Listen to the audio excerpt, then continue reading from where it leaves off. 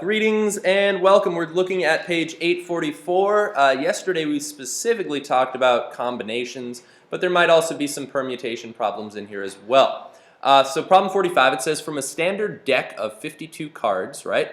Find how many 5-card hands are possible that have, let's see, for A it says 3 hearts and 2 clubs. So my question first of all is for A, how many hearts are there in the deck? 13 in that suit. And clubs 13 is also 13, which by the way, I usually call clubs clovers. I don't know if it's kind of Lucky Charms sort of thoughts there. I don't know. So let's see, if I've got 3 hearts, I want to figure out how many ways can I get 3 hearts out of 13. So that's a combination problem, because I don't actually care about the order when I get a hand of cards dealt to me, right? Because I can rearrange it however suits me. Suits. Okay, man, that's hilarious. That was completely unintentional as well. Let's see, so combo 13-3 would be the number of ways I could get 3 of those hearts. And I want to point out that this actually automatically takes into account that I can't draw the same heart 3 times. All right, so it avoids the possibility of that repetition. And now the number of ways I could get 2 clubs is going to be combo 13-2. And I want to point out that when I drew the 13 hearts, it did not change the number of clubs available, right? There wasn't some like overlap where like, oh, I took 3 of the clubs out, so this is really now 10, right? That didn't happen because these were completely independent sets of cards, right, or suits, right? So, so when I do this, let's see, I'll do some of these out long way instead of just hitting the calculator button. Let's see, this is going to be 13 factorial over, let's see, 13 minus 3 is 10 factorial, right? And then r factorial down in the bottom would be 3 factorial, so 3 times 2 times 1. So 13 factorial, instead of writing that up here to save space, I'm going to write 13 times 12 times 11 times 10. And I might as well just call that 10 factorial because I'm anticipating what I'm going to cancel in a moment, right? In fact, I'm so excited about canceling it, I can't wait. I'm just, man, just go Fruit Ninja on that, right? So, and then 3 and 2 multiply to be 6, which divide into 12 twice, all right? So that's my first one, and I'm not done yet. Combo 13-2. So I'm going to have like 13 up top, but 13 minus 2 is 11 factorial in the bottom. And then 2 factorial is 2 times 1, or I could just write 2 if I wanted. And up top is 13 factorial, but I'm going to write that as 13 times 12 times 11 factorial. All right? Just to plan ahead there. And guys, isn't it just like the best feeling canceling stuff out? I don't know. I like it. And this 2 can actually, oh, watch this. Ready? I could reduce that 12 and make it a 6, or what? What? Oh, did you see that move? Man, that was awesome. Don't you guys? I love canceling. Man, I seriously have to make an app like Fruit Ninja, except it's just fractions like this, and you just swipe which things you can cancel out. How awesome would that be? I'd be a millionaire. Let's see, so 13 times 11 times 13 times 12 looks like the numbers that I have left over. I hope that's the answer I'm looking for. 22308. Aha! What? No. It's just, it takes a while to get used to the idea of this. There were 13 hearts in the deck. Exactly, and that's actually why I chose to go over this problem, because I wanted to explicitly talk about the number of cards in each deck.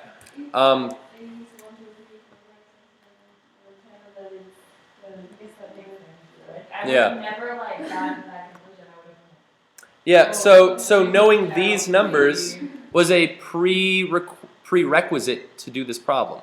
All right, and they actually talk about on standardized tests whether or not they're culturally biased, right? Like if I asked a question about like, what day do most Americans watch cartoons, like back in the 1980s? And like Americans would be like, oh, Saturday. But if you were from another country, maybe you'd be like, what are you talking about? Like, why Like, why would I have known that? Right?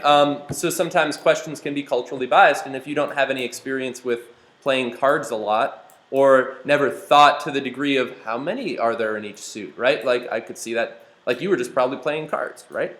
That's why I thought it was valuable to go over this, just to give us those starting facts, right? Let's see, they say how many, let's see, ace, jack, and king. Well, how many aces are there in a deck? There's one in each suit, and there's 4 suits, so that's going to be, I'm just going to skip right to writing combo 4-1, all right? And how many jacks are there? There's 4, so that's going to be combo 4-2. And kings, there are 4 in each suit, so that's combo 4-2. So that's what I would have there. And combo 4-1 is, by the way, I believe just going to be 4. Maybe I should provide evidence to support that claim. That would equal, well, 4 minus 1 is 3 factorial, and then 1 factorial down on the bottom. And 4 factorial up top is the same as 4 times 3 factorial. And you can see that cancel, 1 factorial is 1. It's just going to be 4. And you'll get used to the combo 4-1 just being 4 eventually. I think actually permutation 4-1 would also be 4. Whenever it's just a 1, it'll end up being n. Or wait. Yeah, I think so, yeah. Yeah, because the 1, yep. So, combo 4-2 is going to be 2 factorial on the bottom times a 2 factorial on the bottom, or just 2 times 1, I guess. And 4 factorial up top is the same as 4 times 3 times 2 factorial. And the other fraction here is identical, 4 times 3 times 2 factorial. So I like planning my cancellation moves ahead 1 step. And now let's cancel. And then watch these 2 2's, bam, bam, right? That 2 and that 2 is equal to 1, 4. Or you could have canceled it partially with that, or however you want to. Doesn't matter. So it looks like I'd be left with 4 times 4 times 3 times 3. So what's that? 16 times 9, is that 144? Right? 4 times 3 is 12. Another 4 times 3 is 12. 12 times 12 is 144. That's another way I could do it. And I believe that is also the correct answer. All right, and now C, I think I'll do the setup for us. It asked all face cards. So the question is, how many what are considered face cards? Okay, so Jack, Queen, and King. All right, and I want to point out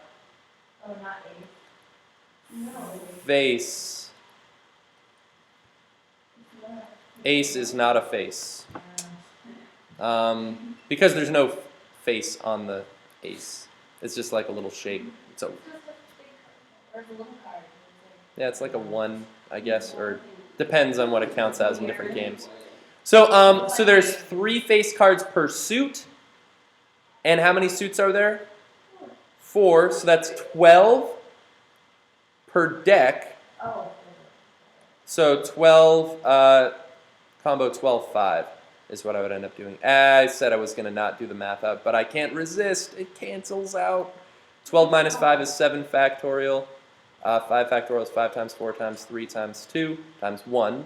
And up top is 12 factorial, so I'll write that as 12 times 11 times 10 times 9 times 8 times 7 factorial.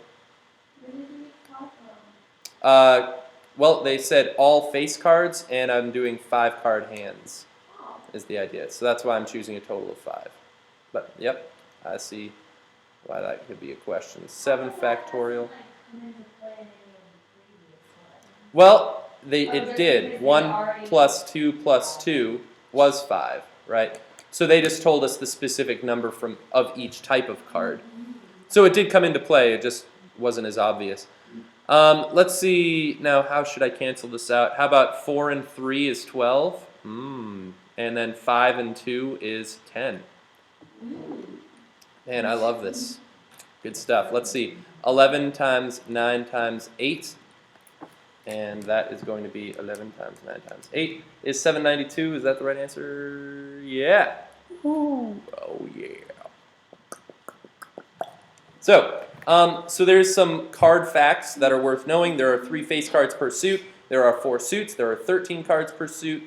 All sorts of stuff like that. Right. I try to, yeah, I try to. Nothing that has to like any like logical information about the world. Well, you could ask for clues about, like, yeah, if it was a prerequisite fact that you didn't have that experience, I'd be willing to give you that hint on the quiz for sure. That's true. Yeah, living in the Sahara Desert, sure. Yep. Actually, cards. Yeah. Cards and dice have been found on every continent and have existed in pretty much every culture, which is interesting. Yeah. So let's see. Transportation. In a train yard, there are 12 flat cars, 10 tanker cars, 15 box cars. So let's see. 12F, 10T, 15B, and 5L for livestock cars, right? Let's see. A says if the cars must be connected according to their final destinations. Now, this is, I agree, kind of an abstract idea. How many different ways can they be arranged? Well, let's assume that one car is going to each destination, so there's only one way to arrange that. How many cars are there total? 12 plus 10 is 22, plus 15 is 37, plus 5 is 42. So that would just be 42, right? It's a permutation because the order would matter, right? Because I have to make sure that the last car in the train at any time is the one available for the next destination. So it's permutation, order matters, and it would be 42, 42, right? Where I'm choosing of my 42 cars, arranging them specifically in 42 ways, which is just 42 factorial. Which actually they calculate out for us as 1.4 times 10 to the 51st. Right. Actually, how does our calculator show that? Oh, I haven't shown you guys where the factorial button is on the calculator yet either, huh? Can you also like later on tell me like how when the calculator says E? That's scientific notation. What the E means is E just means times 10 to the. So 1.4 E51 is what that means. So the way you could type this into a calculator, yep, like this. 42 factorial. Well, what I would do, I hit 42, and then under the math button, math, at least on this calculator, there's a PRB menu. So I go over to that, and you find random number generator, which is kind of cool. We'll come back to these. You might be able to predict what those do. And then there's a little factorial icon. And there you go. And that's how I got that. All right, so that way you didn't have to type 42 times 41 times 40, right? All the way down. So you just put 1.4 times 10 to the 51st. Yep. And you ignore all those significant figures. Yeah, I mean, you could have. Yeah, the book clearly rounded there. Yeah, that's fine. But I wouldn't have wanted you to write out, 51 digits after that. That wouldn't be fun. So, B, let's see if I can figure this out. How many ways can the train be made up if it is to have 30 cars? Now, they don't specify what type of car. They just want 30 cars. So I think that would just probably be permutation 4230, right?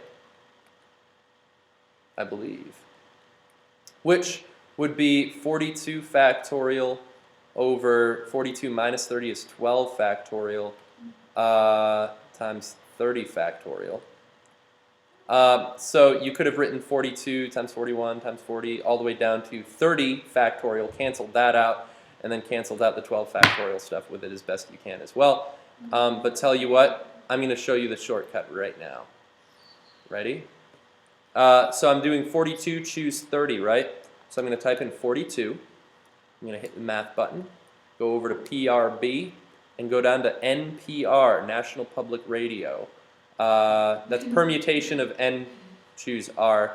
What's weird is you have to type in the N first, and then that. I always end up doing it backwards. And then 30, and I get 2.9 times 10 to the 42.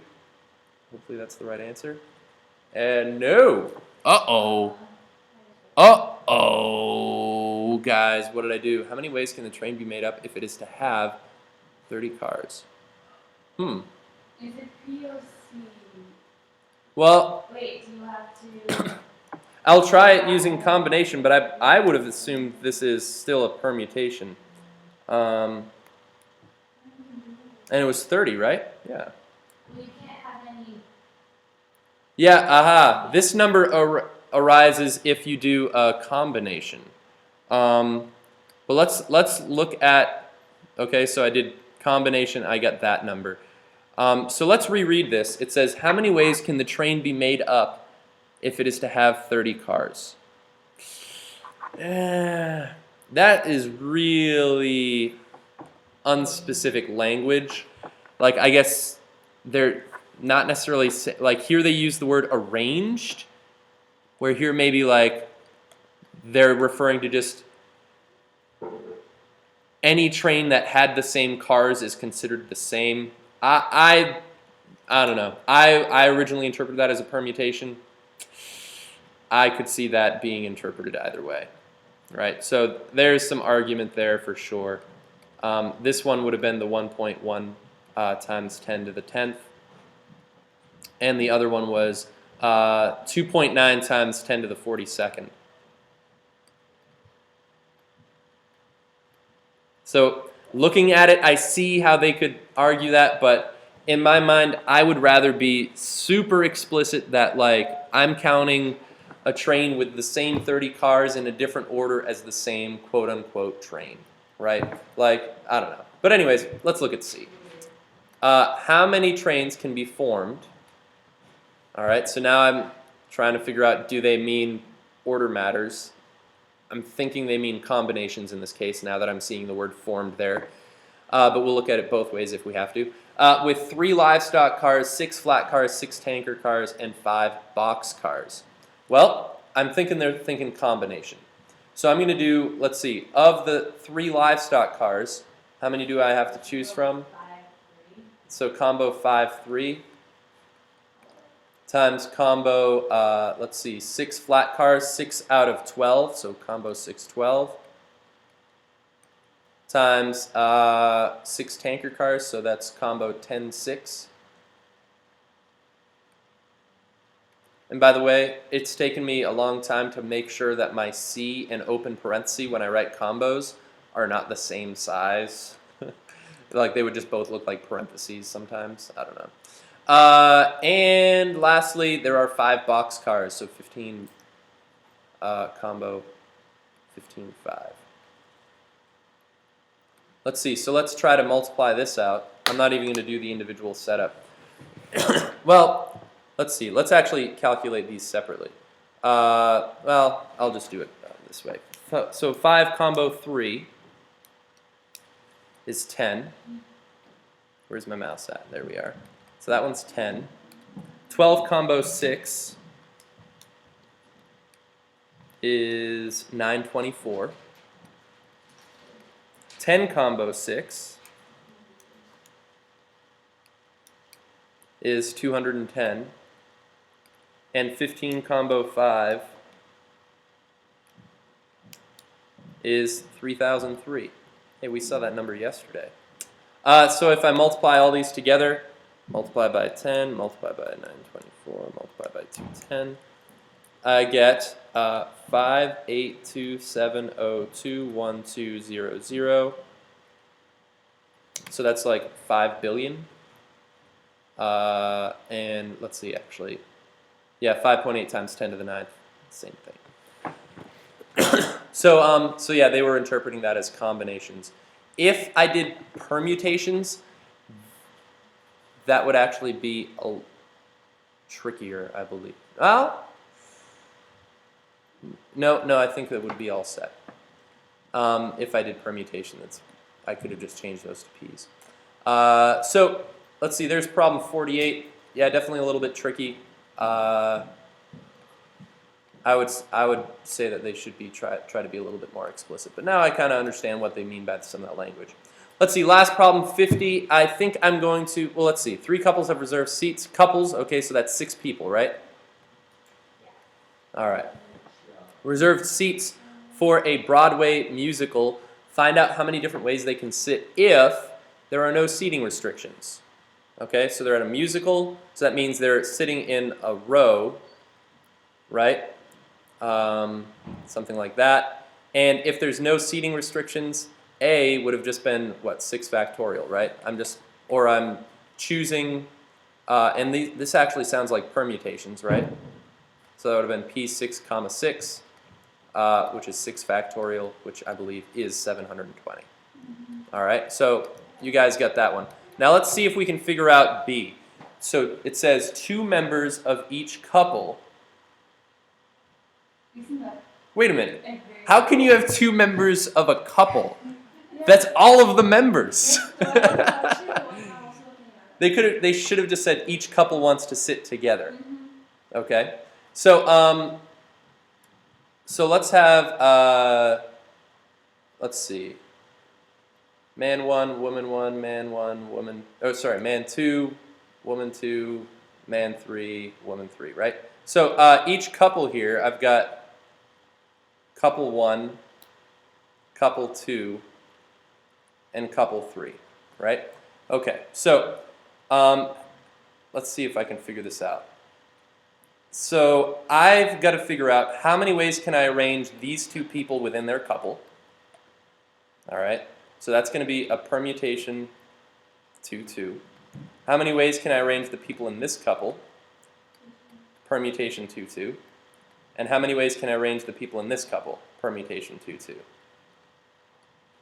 And then I have to macro think how many ways can I arrange the 3 couples, right? Because I've figured out, okay, I can have them switch, them switch, them switch, all different ways.